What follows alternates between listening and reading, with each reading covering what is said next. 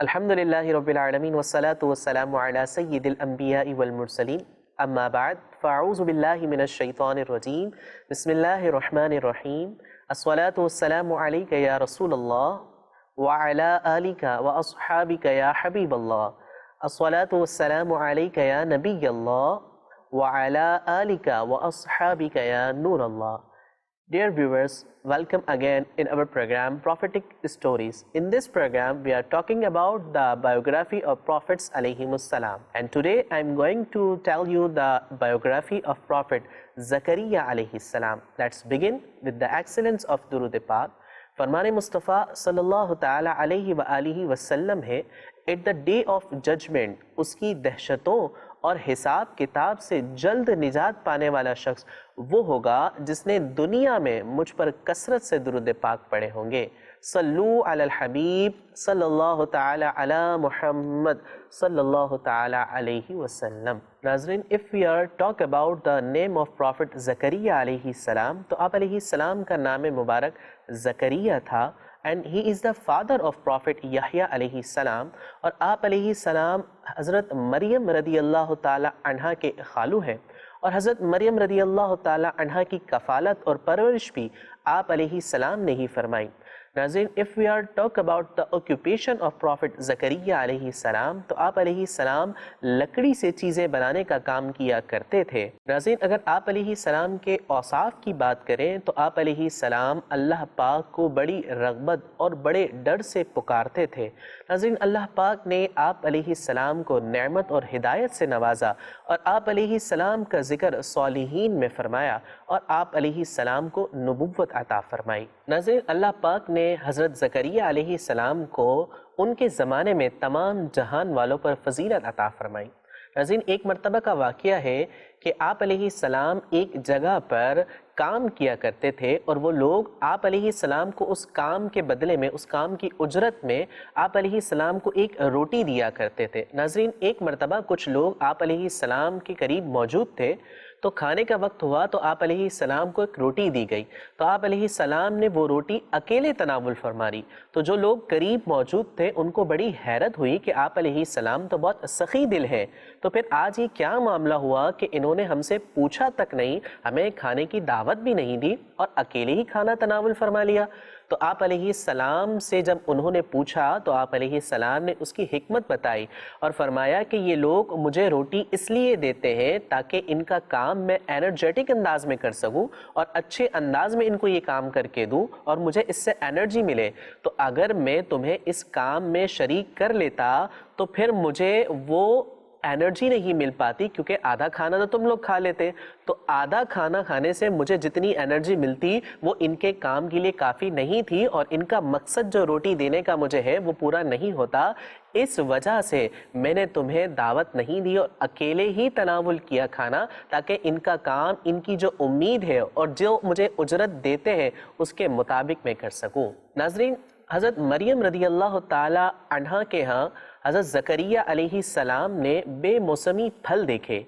تو آپ علیہ السلام نے اللہ پاک سے دعا کی کہ یا اللہ تو مریم کو بنا موسم کے پھل عطا کر سکتا ہے, یعنی یہ موسم ان پھلوں کا نہیں ہے تو پھر بھی مریم رضی اللہ تعالی عنہ کو یہ پھل عطا کر سکتا ہے تو ضرور تو مجھے اولاد بھی عطا کر سکتا ہے. ناظرین, جب آپ علیہ السلام نے یہ دعا کی تو آپ علیہ السلام کی ایک اچھی خاصی عمر تھی کہ جس عمر میں اولاد کی امید ختم ہو جاتی ہے, لیکن پھر بھی اللہ پاک تو ہر چیز پر قدرت رکھتا ہے. اللہ پاک نے آپ علیہ السلام کی دعا کو قبول فرمایا اور حضرت جبرائیل علیہ السلام کے ذریعے آپ علیہ السلام کو اولاد کی خوشخبری عطا فرمائی اور کچھ عرصے کے بعد آپ علیہ السلام کے یہاں بیٹے کی ولادت ہوئی. ناظرین, پروفٹ زکریا علیہ السلام کا اللہ پاک سے اولاد کی دعا کرنے کا سبب یہ تھا کہ آپ علیہ السلام کو یہ فکر لاحق تھی کہ میرے بعد میرے سامنے کوئی ایسا شخص نظر نہیں آتا جو قوم کو ہدایت کا راستہ دکھاتا رہے اور ایسا نہ ہو کہ میرے بعد میری قوم دین میں تبدیلیاں شروع کر دے.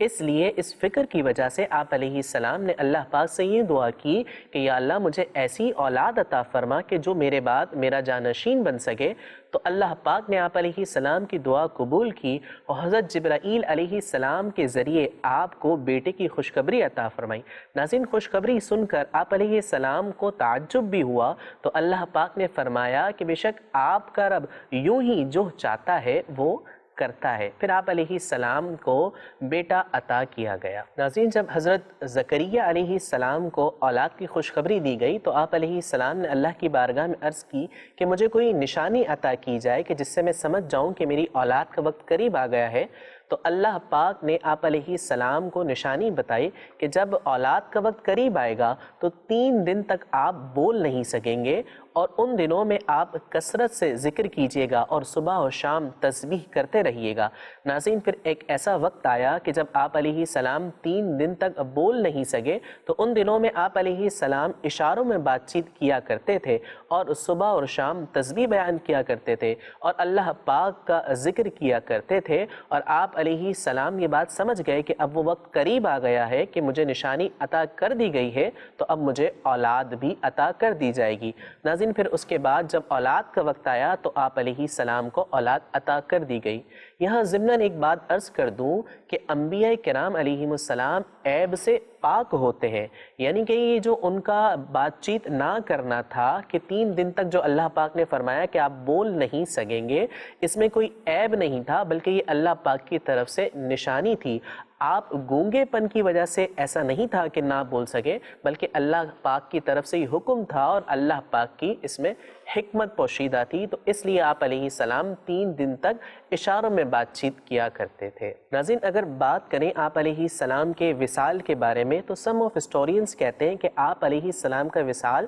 طبعی طور پر ہوا، اور سم آف ہسٹورینز یہ کہتے ہیں کہ آپ علیہ السلام کو شہید کیا گیا، کہ جس کے بارے میں وہ کہتے ہیں کہ بنی اسرائیل کے لوگ آپ علیہ السلام کے جانی دشمن بن گئے تھے۔ جب آپ علیہ السلام نے دیکھا کہ یہ میرے جانی دشمن بن گئے ہیں تو آپ علیہ السلام اس جگہ سے دور تشریف لے گئے اور ایک پیڑ میں تشریف فرما ہوئے۔ ناظرین، جب لوگوں نے آپ علیہ السلام کو اس پیڑ میں پایا تو آپ علیہ السلام کے ساتھ اس پیڑ کے 2 ٹکڑے کر دیے، جس میں آپ علیہ السلام کے جسم مبارک کے بھی 2 ٹکڑے ہو گئے، اور اس طرح آپ علیہ السلام اس دنیا فانی سے وصال فرما گئے۔ ناظرین، آپ نے آج کے اس ایپیسوڈ میں پروفٹ زکریا علیہ السلام کی زندگی کے بارے میں جانا، اور حضرت زکریا علیہ السلام کے بارے میں قرآن کریم کی سورۃ الانبیاء اور سورہ آل عمران میں بھی ذکر موجود ہے۔ اسی طرح انبیاء کرام علیہم السلام کے بارے میں مزید معلومات کے لیے ہمارا پروگرام پروفیٹک اسٹوریز ضرور دیکھتے رہیں، اور انبیاء کرام علیہم السلام کے بارے میں تفصیلی معلومات کے لیے